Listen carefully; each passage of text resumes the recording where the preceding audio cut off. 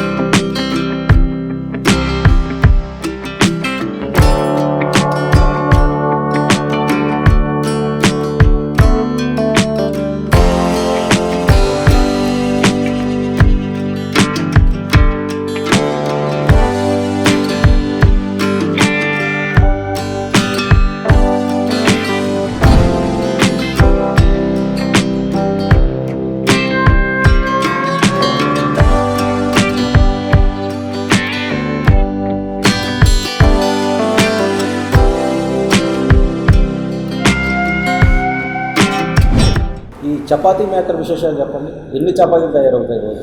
Chapati maker వచ్చి మనకి 1 అవర్కి 2500 తయారవుతుంది. ఎట్లా పిండి కలిపి వేసేసి సరిపోతుంది? పిండి కలిపి మిషన్లో పిండి కలపాలండి. మిషన్లో కలిపిన తర్వాత దాన్ని ప్లెయిన్గా కొంచెం మన చపాతీ షేప్లో కాకుండా కొంచెం పెద్దగా అప్పడం కింద కొట్టుకునండి దాన్ని మిషన్లో పెడితే ఆటోమేటిక్గా అది కట్ చేస్తాము. షేప్లో అవి కట్ చేస్తుంది.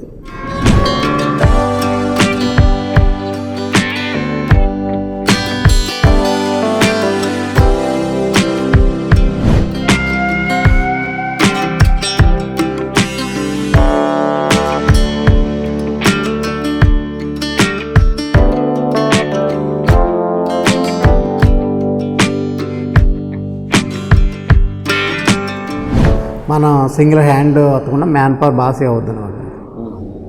అదే మనం ఒక 700 మందికి 800 మందికి చపాతీ చేయాలంటే ఒక 10 మంది ఉండాలి.